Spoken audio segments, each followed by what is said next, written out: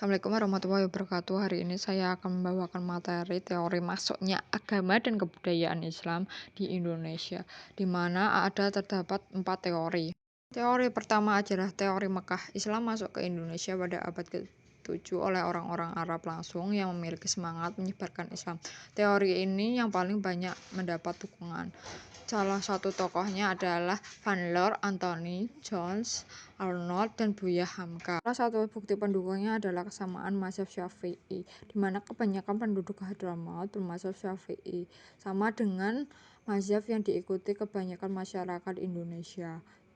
Selain itu juga pada saat itu kerajaan Pasai kebanyakan bermazhab Syafi'i. Bukti selanjutnya adalah ditemukannya pemukiman yang dikepalai oleh orang Arab di Barus, Sumatera. Hal ini seperti yang dicatatkan Sufangsi yang mengatakan adanya komunitas Muslim Islam Arab di Barus sekitar tahun 625 Masehi. Selain itu, bukti selanjutnya adalah penggunaan gelar Al-Malik oleh raja kerajaan Islam di Indonesia yang sama dengan gelar raja di Mesir. Contohnya Sultan Aceh yang bergelar Malik Al-Saleh. Teori selanjutnya adalah teori Gujarat. Teori ini dikemukakan oleh Snodgrass dan Pitchnapel. Pada abad ke-13, diperkirakan pedagang Gujarat menyebarkan Islam ke Indonesia. Hal ini didasari oleh kerjasama antara India dan Indonesia yang dimulai sejak zaman Hindu-Buddha. Bukti pendukung diantaranya adalah ditemukannya batu nisan Sultan Malik Al-Saleh yang wafat pada 17 Zulhijjah 831 Hijriah atau 1297 Masehi di Pasai, Aceh.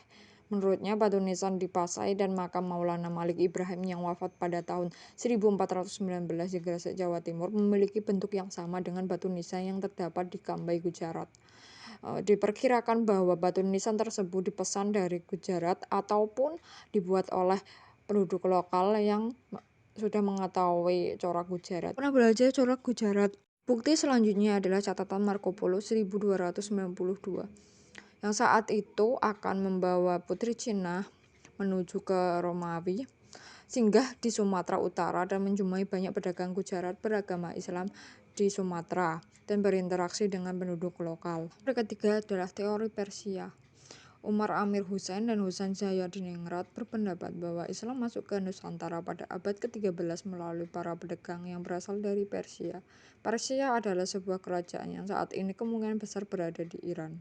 Bukti pendukung pertama adalah adanya kesamaan kaligrafi yang ditulis pada nisan di Indonesia dan Persia yang menggunakan Arapegon. Arapegon sendiri adalah aksara Arab yang disesuaikan dengan pengucapan lokal. Di Persia sendiri ada suku bernama Jawi yang menggunakan huruf Pegon. Bukti selanjutnya adalah adanya kesamaan budaya, yaitu upacara Tabot atau Tabuik di Aceh atau Sumatera yang sama dengan upacara di Persia yang selalu diperingati pada tanggal 10 Muharram. Selain itu, kesamaan budaya adanya kesamaan ajaran antara Syaikh Jenar dengan Sufi Persia. Teori keempat adalah teori Cina. Menurut Slamet Mulyana dan Sumanto Al-Qurtubi, mereka berpendapat bahwa sebenarnya kebudayaan Islam masuk ke Nusantara melalui perantara masyarakat Muslim Cina. Teori ini diperkuat bahwa migrasi masyarakat Muslim Cina dari Kantong ke Nusantara, khususnya Palembang pada abad ke-9 menjadi awal mula masuknya budaya Islam ke Nusantara. Buktinya adalah ditemukannya peranan bangsa Cina di kerajaan-kerajaan Islam, contohnya Wali Songo. Selain itu juga diketahui Raden Patah mempunyai darah Cina dari ibunya. Beliau bernama Cina Jin Bun.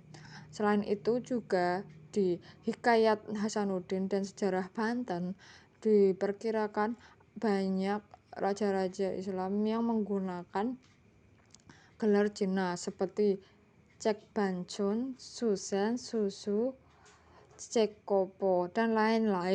Demikian teori-teori yang dapat saya sampaikan. Semoga dapat membantu teman-teman sekalian. Silahkan mencari referensi untuk lebih memperkuat pemahaman teman-teman sekalian. Wassalamualaikum warahmatullahi wabarakatuh.